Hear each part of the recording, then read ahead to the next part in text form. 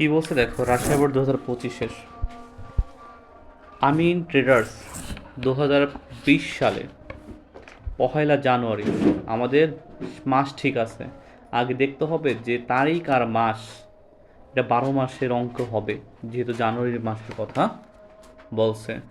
আচ্ছা, তাহলে আমরা 2020 সালে 1 জানুয়ারি তারিখে 10 লক্ষ টাকার একটি নতুন মেশিন ক্রয় করলাম, তাই তো?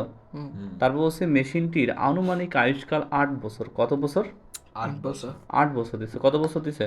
8 8 বছর। বছর। তাহলে আমরা মেশিনের ক্রয় মূল্য পাইছি, প্রাথমিক ক্রয় মূল্য। তারপরে এই মেশিন কত বছর ব্যবহার হবে? আনুমানিক 8 বছর। মেশিনের ভগ্নাবশেষ মূল্য, 1,20,000। আয়ুষ্কাল শেষে ভগ্নাবশেষের মূল্য কত? 1,20,000 টাকা। অর্থাৎ এই যে 10 লক্ষ টাকা, যে 10 লক্ষ টাকা দিয়ে যে মেশিনটা কিনবো, 8 বছর পরে গিয়ে এই মেশিনটি বিক্রি করলে তার মূল্য দাঁড়াতে পারে 1,20,000 টাকা। এই জন্য একে বলা হয় ভগ্নাবশেষ মূল্য। আমাদের বলছে প্রতি বছর 31শে ডিসেম্বর তারিখে তার নগদ হিসাব বন্ধ করতে হবে, তার হিসাব বন্ধ করতে হবে। আমাদের অঙ্কটা কিসের মাধ্যমে? দেখো, ক্রমহ্রাসমান জ্যার পদ্ধতিতে কি করতে হবে?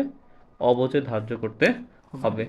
আমাদের ক্রমহ্রাসমান জ্যার পদ্ধতিতে অবচয় ধার্য করতে বলছে, কিন্তু ক্রমহ্রাসমান জ্যারের মানে ক্রমহ্রাসমানের পার্সেন্ট দেওয়া নেই। আছে দেওয়া? আমাদের এটা বের করে নিতে হয়। কি করে নিতে হয়? আমাদের প্রথম বলছে ক্রমহ্রাসমান জ্যার পদ্ধতিতে অবচয় নির্ণয় করতে বলছে। ক্রমহ্রাসমান জ্যার পদ্ধতিতে অবচয় নির্ণয় করতে হবে। অবচয় কীভাবে নির্ধারণ করব আগে আমরা দেখি। অবচয় নির্ধারণ করতে হলে কী লিখতে হবে? অবচয় হার দিলাম, এটা সূত্রই এইটা। প্রথমে 100% দিব, তারপর আয়ুষ্কাল ভাগ 2, এটা সূত্র। ডিরেক্টলি কি সূত্র? গুণ 2, সরি। তাহলে 100% ভাগ আয়ুষ্কাল গুণ 2। তাহলে কি আয়ুষ্কাল 100 দিলাম, আর সরি 100 তো দিব। 100 দেওয়ার পরে কি আয়ুষ্কাল কত বছর ছিল আমাদের? 8 বছর। এই যে এখানে লেখা ছিল, তাই না? সে 8 বছর আয়ুষ্কালের জায়গায় দিব। এখন ক্যালকুলেশন যদি করে 100 ভাগ দিব 8 দিয়া, 2 দিয়া গুণ দিব, তাই তো? তারপর যা আসে সেটাই কি আমাদের অবচয়ের হার। ক্লিয়ার? হ্যাঁ ভাই। এখন আমাদের বলছে ক্রমহ্রাসমান জ্যার পদ্ধতিতে 4 বছর অবচয় নির্ণয় করতে বলছে। কয় বছরের? 4 বছরের অবচয় নির্ণয় করতে বলছে। কয় বছরের? 4 বছর। আমাদের অবচয় 4 বছর নির্ণয় করতে বললে আগে আমাদের দেখতে হবে, আচ্ছা আগে ঘর দেখি। প্রথমে সন মানে সাল, তারপরে আমাদের বছরের প্রারম্ভিক মূল্য, অর্থাৎ যে পণ্যটা কিনছিলাম এই পণ্যটার সর্বশেষ মূল্য কত, মানে সরি সর্বমোট মূল্য কত। এখানে জাস্ট মেশিনের মূল্যর কথা 10 লাখ দেওয়া আছে। কিছু কিছু জায়গা আছে না, মেশিনটা আনতে খরচ হচ্ছে, মেশিনটি বসাইতে খরচ হচ্ছে, এগুলি যোগ হয়। কিন্তু এখানে শুধু মেশিনের মূল্য দেওয়া আছে। ওই মেশিন আনতে খরচ, মেশিনের বহন খরচ, মেশিন কি করার প্রতিস্থাপন করার খরচ, এইগুলি কিছু উল্লেখ নাই। আছে? নাই। শুধু আমাদের 10 লাখ টাকা যা পাইছে এটাই মেশিনের মূল্য। যে প্রথম 2020 সালের অঙ্ক। কত সালের অঙ্ক? 2020 সাল। 2020 সাল লিখলাম, 10 লক্ষ লিখলাম, লিখছি না? আমাদের অবচয় কত ছিল বলো তো? ক্রমহ্রাসমান জ্যার পদ্ধতিতে 25%, অবচয় হার 25% লিখছি। এখন আমাদের একটা কাজ করতে হবে, 10 লক্ষর উপরে, হ্যাঁ, এই 25% প্রয়োগ করো। 25% প্রয়োগ করলে আসে 2,50,000 অবচয় আসে। কথা বুঝতে পারছি? এখন আমাদের অবচয়, পুঞ্জীবিত অবচয় আনতে হবে। পুঞ্জীবিত অবচয় কি? অবচয় সব যোগ হবে, সব অবচয় কি হবে? যোগ হবে। আমার কথা শুনে, এর আগে কোন এই যে আমরা 2,50,000 টাকা অবচয় ছিল, এর আগে ধরে নাও শূন্য অবচয় ছিল। তাই শূন্য অবচয়ের সাথে 2,50,000 যোগ করি, তাহলে অবচয় আসে কত? 2,85,000 আসবে। ধরো প্রথম পুঞ্জীবিত অবচয় যদি বের করতে যায়, একদম প্রথম সালের পুঞ্জীবিত অবচয় বের করতে চাই, তখন কি করতে? শূন্যর সাথে আমাদের এই অবচয়টা যোগ করব। 2,50,000 কি করব? যোগ করব। তাহলে 2,50,000 আর কত? শূন্য। আরেকবার একটু বললেন, আরেকবার পুঞ্জীবিত অবচয়, আচ্ছা এত কাহিনী করার দরকার নেই, সহজ কথা। প্রথম পুঞ্জীবিত অবচয়, পুঞ্জীবিত অবচয় প্রথম সালেরটা বের করতে হলে, পুঞ্জীবিত অবচয় প্রথম সালেরটা যদি বের করতে হয়, পুঞ্জীবিত অবচয় প্রথম সালেরটা যখন যদি বের করতে হয়, কথা বুঝো, পুঞ্জীবিত অবচয় প্রথম সালেরটা যদি বের করতে হয়, পুঞ্জীবিত অবচয় প্রথম সালেরটা যদি বের করতে হয়, যে অবচয়টা প্রথম সালে পাইছি সেইটাই আমরা ডিরেক্টলি বসাই দিব। ক্লিয়ার? এখন হ্যাঁ জানো, ঠিক আছে। এখন আমাদের দরকার সমাপনী মূল্য বের করতে। সমাপনী মূল্য কীভাবে বের করব? আমাদের যে প্রথম বছরের প্রারম্ভিক মূল্য এবং আমাদের প্রথম বছরের অবচয় বিয়োগ দিলে যেটা আসে সেটাই আমাদের সমাপনী মূল্য, তাই তো? এই সমাপনী মূল্য আবার 2000 মানে পরবর্তী সালে চলে যাবে, যেমন এই 20 সালে আমার শেষ, এখন 21 সালে আসবে। 21 সালে 7,50,000 বসাইছি। অঙ্কটা শেষ করি আমি। তাই 7,50,000 উপরে কি 25% প্রয়োগ করব। 25% প্রয়োগ করছি, যে অবচয় আসে 1,87,500, তাই না? এখন 1,87,500 আর এই 2,50,000, হ্যাঁ, এই 2,50,000-এর সাথে এই 2,50,000-এর সাথে 1,87,000 যোগ করব, যোগ করলে কত আসে? 4,37,500 আসছে। এখন আমাদের আগের মতোই করতে হবে। কি করতে হবে? এই 7,50,000 থেকে 1,67,500 বাদ দিব, তাহলে আমাদের সমাপনী আসে কত? 5,62,500 আসছে। 5,62,500 এখানে নিয়ে আসবো, আনার পর আবার 25% প্রয়োগ করব। 25% প্রয়োগ করলে 1,40,625 টাকা আসছে। এখন একটা কাজ করব, 6,62,500 উপরে মানে 6,62,500-কে বিয়োগ দিব কত? মানে 6,62,500 থেকে 1,40,625 টাকা বাদ দিব। বাদ দিলে কত আসে আমাদের?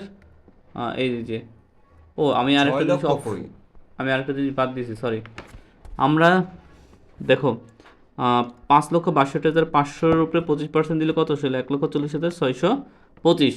এখন এই আমাদের পুঞ্জীভূত অবচয় দ্বিতীয় বছর ছিল 4,37,500। এই 4,37,500-এর সাথে আমাদের 1,40,625 টাকা যোগ করলে আমাদের আসে 5,78,125 পাইছি আমরা।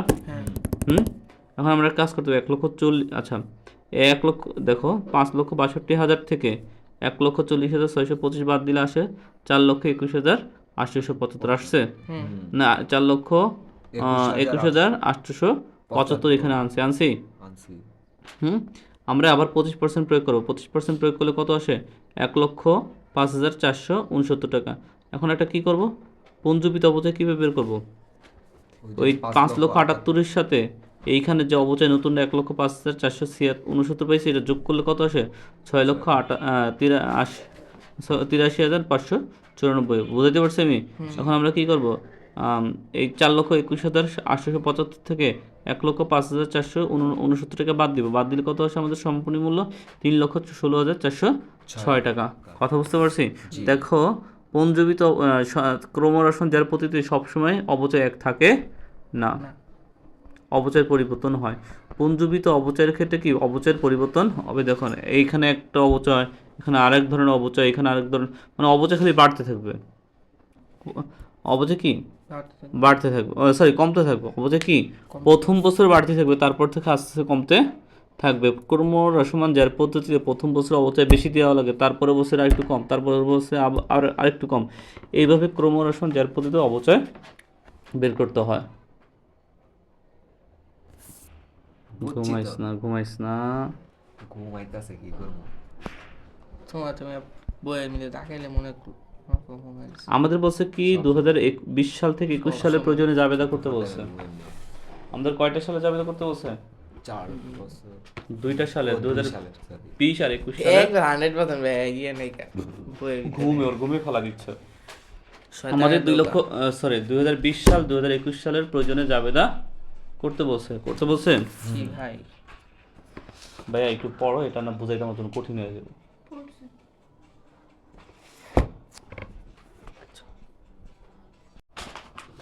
আমাদের অঙ্ক কি করতে বলছে বলো? 21 এবং 20 আর 21 সালের প্রয়োজনে জাবেদা করতে বলছে। আচ্ছা, 20 সালে আমরা কি করছি? একটা পণ্য কিনছিলাম, তাই না? 20 সালে কি করছি? পণ্য কিনছি। আচ্ছা,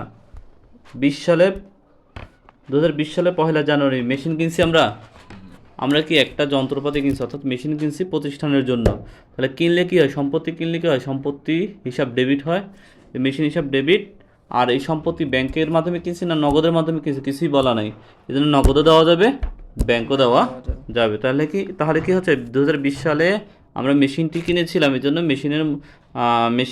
মেশিন হিসাব ডেবিট, নগদের হিসাব কি ক্রেডিট।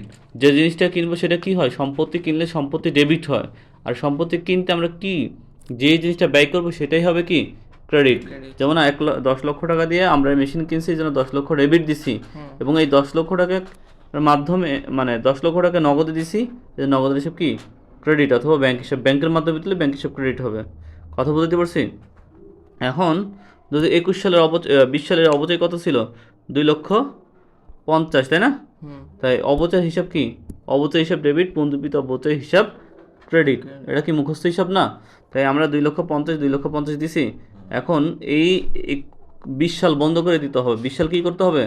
20 সালের যে অবচয় অর্থাৎ ব্যয় ছিল অথবা আয় ছিল, এটা বন্ধ করে দিতে হবে। এখন এই জন্য কি করবে জানো? এখন আমাদের এই যে অবচয় ছিল না, অবচয় এখন ক্রেডিটে চলে আসবে, আর আয় বিবরণ কি ডেবিট হবে। ওই যে টাকা উপরে ছিল ওইটাই নিচে আবার অ্যাপ্লাই হবে। হ্যাঁ, আমরা 20 সালের অঙ্ক শেষ, 20 সালের ঝামেলা শেষ। 21 সালে কোনো মেশিন কিনছে নতুন করে? 21 সালে শুধু অবচয় দিছি। 21 সালে শুধু অবচয় দিছি। 22 সালে শুধু অবচয় দিছি। 23 সালে শুধু অবচয় দিছি। এখন আসুন, আমাদের 20 সাল শেষ, 21 সাল আমাদের অঙ্ক করতে বলছে 2, 20 আর 21, তাহলে আরও সোজা। 21 সালে শুধু অবচয় দিছি না, আর 20 সালে যে পণ্যটা কিনছিলাম এই পণ্যটা পুরো 20 সাল ব্যবহার করছি, পুরো 20 সাল ব্যবহার করছি না? এখন ওই 20 সালের পণ্যটাই আবার 21 সালে আমি পুরোটা ব্যবহার করতেছি। কথা বুঝাইতে পারছি? তাহলে 2021 সালের অবচয় মানে 2021 সালে তো অবচয় হয়েছে না? 2021 সালে যে অবচয় হয়েছে সেই অবচয়ের উপর ভিত্তি করে জাবেদা লিখতে হবে আমাদের। কি অবচয় হিসাব ডেবিট, পুঞ্জীকৃত অবচয় হিসাব কি ক্রেডিট। কথা বুঝতে পারছো? এখন কত টাকা 21 সালে অবচয় করছিলাম দেখো তো? 21 সালে 1,87,500 টাকা অবচয় করছিলাম। সেই 1,87,500 কই? এই যে 1,87,500 লিখছি। অবচয় হিসাব ডেবিট 1,87,500, আর মুখস্থ হিসাব পুঞ্জীকৃত অবচয় হিসাব ক্রেডিট 500। বুঝতে পারছো? এখন এই অবচয়টা কি দিব? ক্রেডিটে দিয়ে দিব 1,87,500 হিসেবে। আর এখানে কি আর কিছু আছে? অবচয় যেটা আছে, অবচয় হিসাব ডেবিট ছিল উপরে, এখন অবচয় হিসাব এসে কি ক্রেডিট হবে আয় বিবরণীর ক্ষেত্রে। আচ্ছা, আমাদের এই জন্য উপরেও আয় বিবরণী লিখতে হবে। কথা বুঝতে পারছি? হ্যাঁ, এইভাবে হলো অঙ্কটা করতে হবে তোমাদের, নাকি বুঝেন নাই? বুঝছি ভাই।